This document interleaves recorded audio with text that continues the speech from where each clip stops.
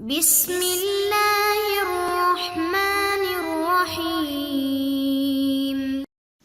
السلام علیکم معزز طلبہ کرام، آپ سب کیسے ہیں؟ آج ہم نور الانوار کے سبق نمبر 171 کو پڑھیں گے۔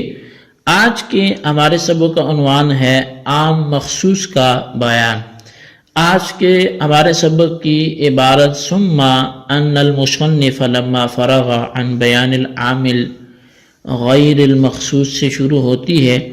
آئیے سب سے پہلے عبارت پڑھ کے اس کا ترجمہ کرتے ہیں، اس کے بعد باقاعدہ سبق کی وضاحت کی طرف بڑھتے ہیں۔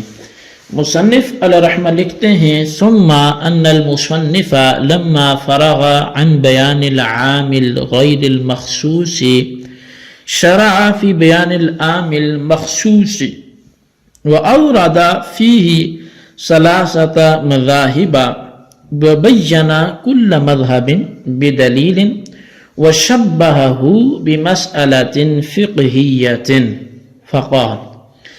پھر جب مصنف عام غیر مخصوص کے بیان سے فارغ ہو گئے تو عام مخصوص کے بیان کو شروع کر دیا، اور اس سلسلے میں 3 مذاہب بیان فرمائے ہیں اور ہر مذہب کو دلیل کے ساتھ بیان کیا ہے، اور ہر ایک مذہب کو ایک فقہی مسئلے کے ساتھ تشبیہ دی ہے۔ چنانچہ فرمایا فَإِن لَحِقَهُ خُصُوصٌ مَعْلُومٌ أَوْ مَجْهُولٌ لَا يَبْقَى قَطْعِيًّا لَكِنَّهُ لَا يَسْقُطُ الْاحْتِجَاجُ بِهِ۔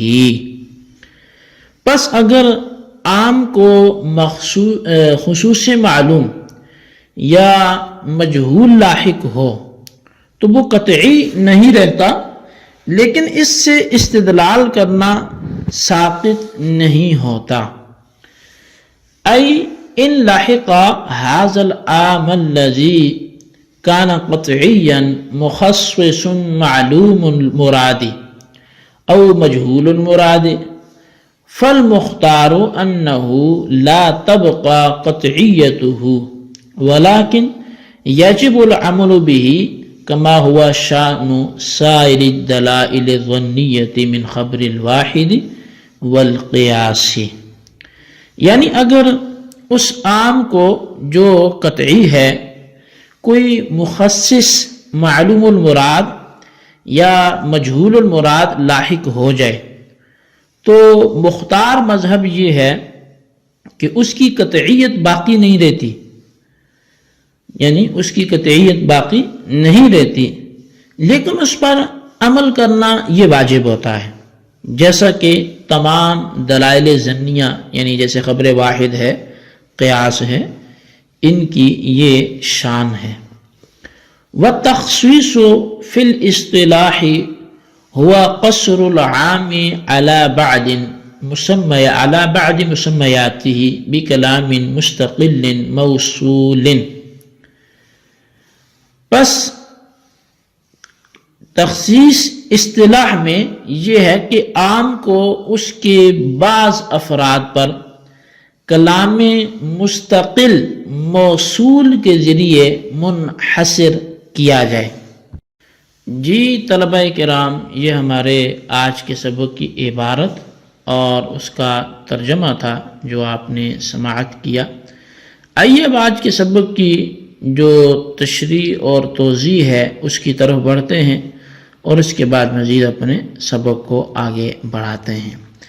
تو مصنف علیہ رحمہ فرماتے ہیں کہ عام کی 2 قسمیں تھیں، ایک تو عام مخصوص منہ البعض تھا اور دوسرا عام غیر مخصوص منہ البعض تھا۔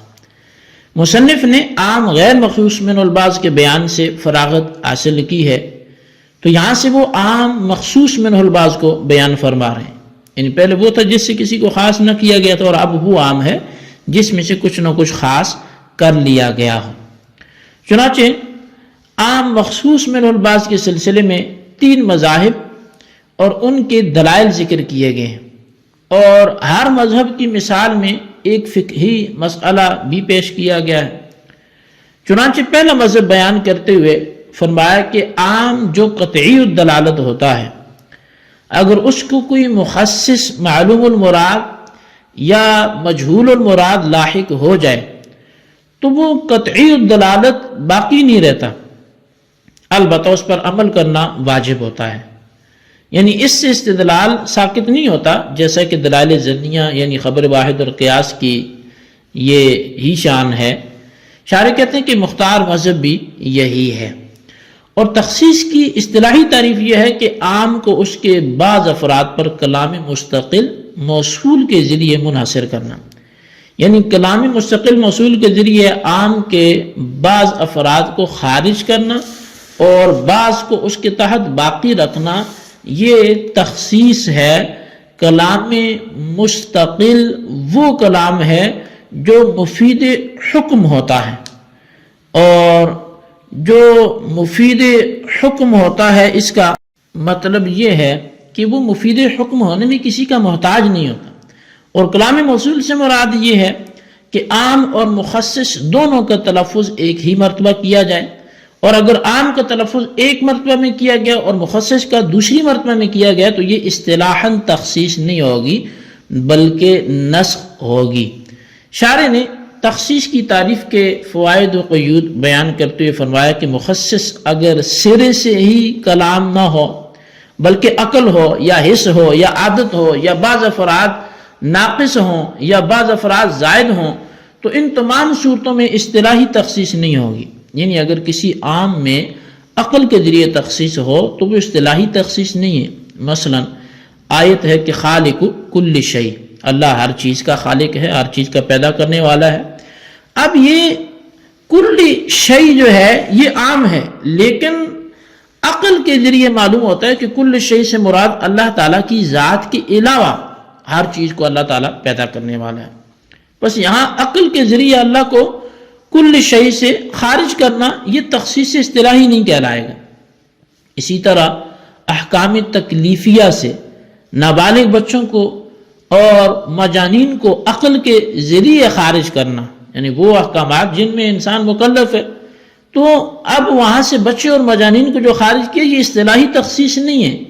مثلا اللہ تبارک و تعالیٰ نے فرمایا وَلِلَّهِ عَلَى النَّاسِ حِجُّ الْبَيْتِ مَنِ اسْتَطَاعَ إِلَيْهِ سَبِيلًا، کہ اللہ کے لیے لوگوں پر حج ہے جو بھی اس کے گھر تک پہنچنے کی استطاعت رکھتے ہیں۔ اب یہاں جو لفظ الناس ہے تمام انسانوں کو عام ہے، لیکن عقل کے ذریعے نابالغ بچوں اور مجانین کو اس سے خارج کیا گیا ہے، تو یہ خارج کرنا اصطلاحاً تخصیص نہیں ہوگی۔ اسی طرح حس کے ذریعے بعض افراد کو عام سے خارج کرنا بھی اصطلاحاً تخصیص نہیں ہوگا، جیسے اوتیت من کل شیء، اس کو ہر چیز عطا کی گئی۔ اب یہ جملہ ہدہد نے بلقیس کے بارے میں حضرت سلیمان علیہ السلام سے کہا تھا کہ وہ عورت یعنی بلقیس قوم سبا پر بادشاہی کرتی اور اس کو ہر چیز عطا کی گئی ہے۔ یہاں کل شیء کا لفظ عام ہے، مگر حس اور حواس کے ذریعے یہ بات ثابت ہے کہ دنیا کے کسی بھی انسان کو دنیا کے ہر چیز کا مالک نہیں بنایا گیا، چنانچہ بہت سی ایسی چیزیں ہوں گی جو بلقیس کو میسر نہیں ہوئی تھی، مگر پھر بھی عرف میں کسی کی بادشاہی کو بیان کرنے کے لیے کہہ دیا جاتا ہے کہ وہ تو بادشاہ ہے، اس کو ہر چیز میسر، حالانکہ بہت سی چیزیں اس کو میسر نہیں ہوتی۔ بہرحال یہاں بھی من کل شیء میں حس اور حواس کے ذریعے تخصیص کی گئی، مگر اس کو اصطلاحاً تخصیص نہیں کہا جائے گا۔ اور عادت کے ذریعے عام سے بعض افراد کو خارج کرنا بھی تخصیص اصطلاحی نہیں ہے۔ مثال کے طور پر ایک آدمی نے کہا کہ واللہ لا آکل راسا، کہ اللہ کی قسم میں سر نہیں کھاؤں گا، تو اب عادتاً یہ متعارف سروں پر محمول ہوگا، یعنی بکری کا سر نہیں کھائے گا، گائے بھینس کا اونٹ کا سر نہیں کھائے گا۔ اب ٹڈی جیسے جانوروں کے سروں پر محمول نہیں ہوگا۔ بس لفظ رأس تو عام ہے، یعنی رأس کا معنی سر ہے، اور یہ تو عام ہے، ٹڈی کا سر ہو، کبوتر کا ہو، کسی کا بھی ہو، لیکن اس سے عادت اور عرف کے ذریعے بعض سروں کو خارج کرنا یہ تخصیص تو ہے لیکن تخصیص اصطلاحی نہیں ہے۔ اسی طرح بعض افراد کا ناقص ہونے کی وجہ سے عام سے خارج ہو جانا بھی اصطلاحی تخصیص نہیں ہے۔ جیسے کوئی کہے کل مملوک لی حرم، ہر میرا مملوک آزاد ہے، اب اس سے مکاتب آزاد نہیں ہوگا، کیونکہ مکاتب میں مولا کی ملک ناقص ہوتی ہے، اس لیے کہ مکاتب رقبتاً تو مملوک ہوتا ہے لیکن یدن اور تصرفاً مملوک نہیں ہوتا، اور بعض افراد کا زائد ہونے کی وجہ سے عام سے خارج ہو جانا بھی اصطلاحی تخصیص نہیں ہے۔